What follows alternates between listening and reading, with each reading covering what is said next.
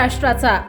नमस्कार, मी गौरी संध्या लाईव्ह मध्ये आपलं सगळ्यांचं स्वागत। नारायणगाव येथे रामनवमी निमित्त नारायणगाव पोलीस स्टेशनचे सहाय्यक पोलीस निरीक्षक प्रवीण सपांगे यांच्या मार्गदर्शनाखाली सकाळी 10:30 ते 11:15च्या कालावधीत बस स्थानक ते पूर्व वेस बाजारपेठ जुन्नर मार्गे रूट मार्च काढण्यात आला। या रूट मार्च मध्ये 3 अधिकारी, 32 कर्मचारी, 6 होमगार्ड सहभागी झाले होते।